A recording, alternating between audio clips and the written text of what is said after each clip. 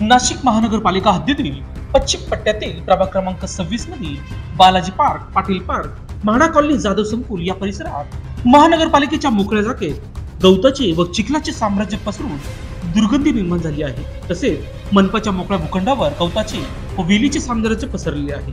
तसेच मंदिर व सभामंडप असलेल्या ठिकाणी देखील घाणीचे साम्राज्य पाहायला मिळत आहे। रस्त्यावर खड्डे होऊन वाहनधारकांना संकटाचा सामना करून आपले वाहन चालवावे लागत आहे। तसेच ड्रेनेजचे आणि ठिकठिकाणी लिकेज होऊन दुर्गंधी पसरल्यामुळे नागरिकांच्या आरोग्यास धोका निर्माण होत आहे, असे नागरिकांचे म्हणणे आहे। याबाबत सामाजिक कार्यकर्ते संदीप तांबे व परिसरातील नागरिकांनी महानगरपालिका प्रशासनावर संताप व्यक्त करत आपली प्रतिक्रिया दिली आहे। भाऊ, काय सांगणार? या ठिकाणी अनेक वर्षापासून या ठिकाणचे लोक नागरिक प्रतीक्षेत आहे। या ठिकाणी रस्ता असो, पाणी असो, त्यांना व्यवस्थित केलं गेलं नाही। काय सांगणार तुम्ही? मतदारसंघावरती कोणाचं तरी काय असं एकाच वेटेज असतं असं काही विषय नसतो, परंतु कित्येक वर्षापासून लोक नवं वसाहत, जुनी वसाहत करता या लोकांना 5-6 वर्षाच्या पुढं इथं घरं बांधून झाले, लेआउट पडलेले, बिल्डर धार्जीने काम केलं जातं आहे का नागरिक धार्जीने, याच्यात काही कळत नाही। करोडो रुपयाचा निधी या ठिकाणी आणला गेला सांगितला जातो महापालिकेतनं वेगवेगळ्या विभागासाठी। बांधकामचा वेगळा, पाण्याचा वेगळा, ड्रेनेजचा वेगळा। हा निधी नेमका खर्च झालाय कुठं, हा नागरिकांचा प्रश्न आहे। आता मी सामान्य कार्यकर्ता आहे, त्याच्यामुळे मलाही त्याच्यातलं खोलातलं उत्तर नाही देता आलं त्यांना, परंतु त्यांचं म्हणणं होतं की आपल्या माध्यमातून याला कुठंतरी वाचा फुटली पाहिजे। तेवढ्या करोडो रुपयाचा निधी आणल्यानंतर या रस्त्यावर जर पायी चालता येत नसेल, आणि हा एकच रस्ता नाही या ठिकाणी, असे तुम्ही पूर्ण प्रभाग क्रमांक 26 मध्ये कुठेही गेले तरी अशाच प्रकारचे रस्ते तुम्हाला आढळून येतील। जे काही कामं झालेले त्याला कुठल्याही दर्जाने सुमार दर्जाचे कामं झालेले, लोकांच्या पैशाचा अपहार झालेला आहे, आणि याच्यातून महानगरपालिकेवरच जनतेच्या कराचं सुद्धा नुकसान झालेलं आणि लूट झालेली आहे। महापालिकेने, प्रशासकीय अधिकाऱ्यांनी जाहीर करावं की या रस्त्यांना डागडुजी का करण्यात येत नाही आहे, किंवा खरंच त्या डागडुजीचे पैसे महापालिकेच्या अधिकाऱ्यांनी किंवा इतर कोणी काढून घेतले की काय केलं आहे। या नागरिकांच्या घरापर्यंत जर शाळेची व्हॅन जात नसेल, गॅस सिलेंडरची गाडी जात नसेल, या ठिकाणी सिटी बस येत नसेल, तर या नागरिकांनी नेमका न्याय मागायचा कोणाकडे? नाशिक महानगरपालिकेकडे कित्येक वेळेस निवेदनं दिलेले आहे, या प्रकारे नागरिकांनी स्वतः जाऊन समस्या मांडलेल्या आहे। ते फक्त येऊन पाहणी करायचं नाटक करतात आणि त्यापुढे एक पाटीसुद्धा खडी टाकली जात नाही। या ठिकाणी जे लाखो रुपये बिलं काढले जात असतील, आमचा असा संशय की असे लाखो रुपयाचे बिलं काढून घेत असतील, ते लोकांच्या सामान्य नागरिकांच्या टाळवरचे लोणी खायचं जे काही कोणी लोक काम करतायत, त्यांच्या मांजराच्या गळ्यात घंटा बांधण्याची वेळ आलेली आहे, ती लवकरच होईल। या ठिकाणी आपण जर बघितलं, पश्चिमच्या आमदार या ठिकाणी आहे, त्यांना कधी तुमच्या समस्या सांगितल्या आहे का?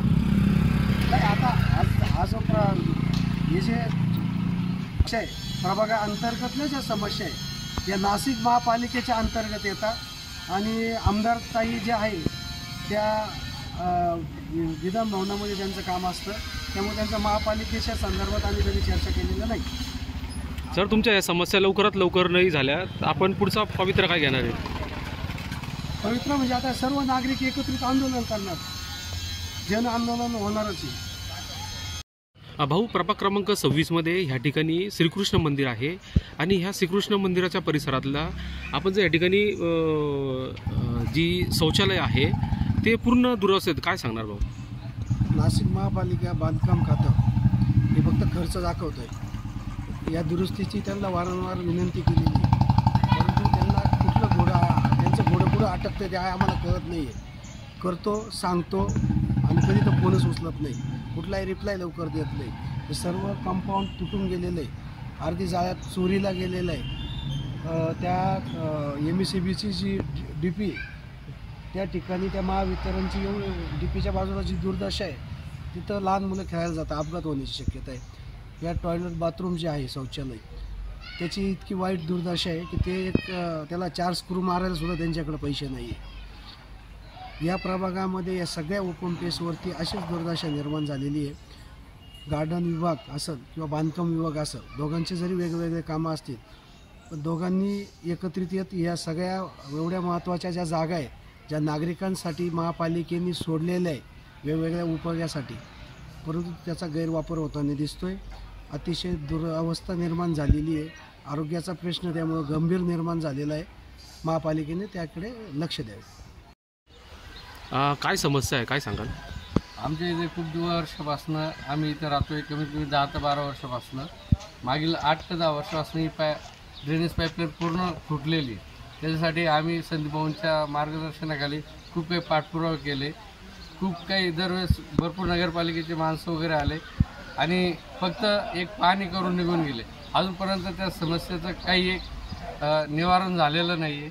आणि असं हे खराब पाण्यामुळे किंवा या पाण्यामुळे इथं डेंग्यू, मलेरिया आणि मच्छर होऊन खूप त्रास होतो आहे. आणि जवळच एक स्वामी समर्थ केंद्रसुद्धा आहे.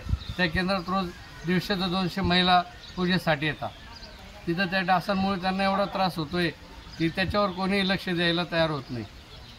याच्यापुढे आम्ही भरपूर वेळेस पेपरांना वगैरे किंवा मागील ते नगरसेवक होते त्यांच्याजवळ निवेदन दिले, पण कोणत्याही प्रकारचं याच्यावर आम्हाला ठोस काम झालेलं दिसत नाही.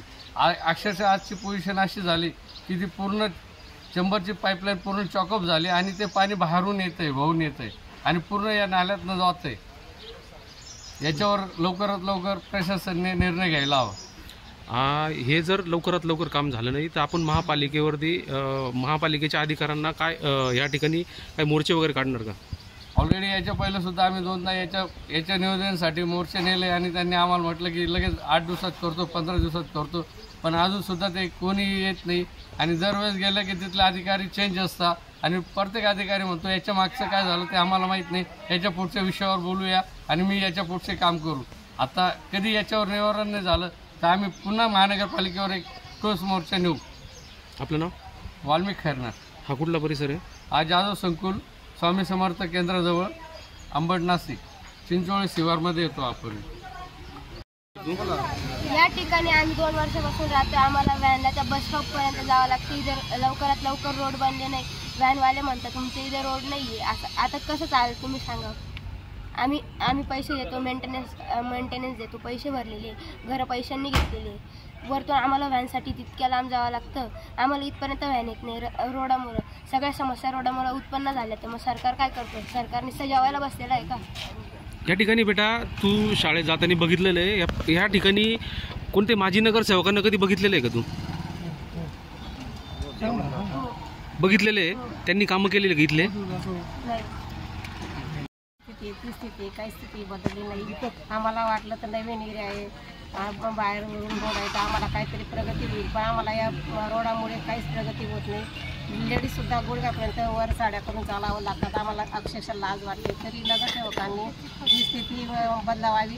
आणि इथं एक मुरुम एक गाडीसुद्धा मुरुम किंवा खडी टाकू शकत नाही. या ठिकाणी असं पण बोललं जातं, तुम्ही जर कुठल्या प्रसारमाध्यमाची जर मुलाखत दिली किंवा तुम्ही बातमी दिली तर तुमच्या घरावरती दगडफेक सुद्धा केला जातो. काय सांगणार तुम्ही मावशी? दगडफेक केला जातात म्हणजे त्या नगरसेवकांनी त्यांनी येऊन इथं हे करावे, पोलीस चौकीचं काहीतरी पोलिसांना सहकार्य करावं सांगावं त्यांना, अशी माझी एवढी नंबर. म्हणजे अजून पण तुम्हाला असुरक्षित या ठिकाणी वाटतंय? हो, असुरक्षित वाटतंय. आता नवीन एरिया असून सुद्धा इथं आठवड्यातून 2-2 चोऱ्या होतात. सायकली गेल्या, कोणाचं म्हणजे लाक लावून कधी गेलं त्याच दिवशी चोऱ्या होतात. कुठे होतात चोऱ्या? हे नगरसेवकांनी काळजी घ्यावी. पोलिसांना काही आता येऊन 2 फेरी मारायची त्यांना सांगावं असं माझी इच्छा आहे. भारती पाटील. हा कुठला परिसर आहे? खिडकीनगर, बालाजी पार्क. कुठल्या समस्याला तुम्हाला सामोरं जावं लागतंय, काय सांगणार? रस्त्यासाठी आम्हाला पायी चालायला त्याला खूप त्रास होतो. इथे रस्ता व्हायला पाहिजे आमची इच्छा आहे. या ठिकाणी 4 प्रभागाचे माजी 4 नगरसेवक होते, त्यांना तुमच्या समस्या कधी सांगितल्या होत्या का? नाही सांगितलं ते आम्ही आता आलो राहायला. गेल्या 7-8 वर्षापासून आम्ही महानगरपालिकेच्या संदीप भाऊंच्या मार्फत आम्ही पाठपुरावा करतोय, पण या ड्रेनेज अजूनही आम्हाला काही म्हणजे आश्वासन फक्त देण्यात आले. बाकी तर लहान मुलं म्हणजे डेंग्यू, मलेरियासारखे आजार या परिसरात म्हणजे रुग्णांची संख्या वाढतेच आहे. तर इथं जे नागरिक जे राहतात, आम्ही जे इथं राहतो, आम्हाला इतका त्रास आहे या पाण्याचा, खूप वास येतो. डेंग्यू, मच्छर तुम्ही बघता इतकं पाणी वाहत आहे, पण याच्यावरती कोणताही उपाययोजना शेवटपर्यंत आजपर्यंत करण्यात आले नाही. तुम्ही महानगरपालिके व आयुक्तांना एकच इशारा देतो की या ठिकाणी जर हे काम लवकरात लवकर मार्गस्थ लावलं नाही, माननीय संदीप भाऊ तांबे यांच्या मार्गदर्शनाखाली आम्ही शेकडो इथले महिला असतील, पुरुष असतील, मुलं असतील व आम्ही युवक असो, या पूर्ण आम्ही महानगरपालिकेवरती मोठा असा मोर्चा आम्ही नेणार आहोत. हे मी या ठिकाणी महानगरपालिकेला जे आयुक्त आहेत प्रभारी त्यांना मी संदेश देतो. मी माधव लक्ष्मण तिडके या तिडके नगर आणि बालाजी ग्रुपच्या वतीने इथं आमचा आता नवरात्र उत्सव कार्यक्रम आहे आणि त्या कार्यक्रमामध्ये मागील नगरसेवकांनी या रोडचे इकडं एक सुद्धा चक्कर मारलेलं नाही आहे. तर या रस्त्याची ताबडतोब डागडुगी करण्यात यावी ही आपल्या नगरपालिकेने यांनी नोंद घ्यावी. आणि मी इथला प्रॉपर आहे, मला काही उडान टप्पूसारखे उत्तर चालणार नाही. सर्वांनी याची नगरपालिकेची यांनी नोंद घेतली पाहिजे. आज नवरात्र आहे, इथं चालायला जागा नाही, रस्त्याला एवढे खड्डे झालेले, इथं येऊन पाहणी करून जा. ही वस्तुस्थिती आहे. इथं तुम्ही बघा येऊन, इथं आम्ही चुकीचं बोलतो का तुम्ही चुकीचे. साधारणतः किती वर्षापासून आहे रस्त्याचं काम रखडलेलं आहे? साधारणतः या वर्षाचं जवळजवळ 10 ते 20 वर्षापासून हे काम रखडलेलं आहे. 2 वेळेस याचे टेंडर आले, तिकडेच वापरण्यात आले. या रस्त्याचे टेंडर इथंच वापरायला पाहिजेत होते, का वापरले नाही? म्हणजे माजी नगरसेवक होते. माजी नगरसेवकांनी काय केलं, कुणीकडे पूल बांधले, काय केलं, जिथं गरज नाही तिथं पूल बांधून ठेवले. आज इथं या पारच्या लोकांना चालता येत नाही आणि धडाधड ऍक्सिडेंट होतात. आम्ही डोळ्यांनी बघितले. गणपतीच्या वेळेस इतकी गर्दी या रस्त्याला, आम्हाला आमचे बारीक पोरं सांभाळायची इथं पाळी आली, इतके म्हणजे गर्दी झाली होती. परंतु महानगरपालिकेच्या वतीने या ठिकाणी खडी वगैरे टाकल्या पण जाते.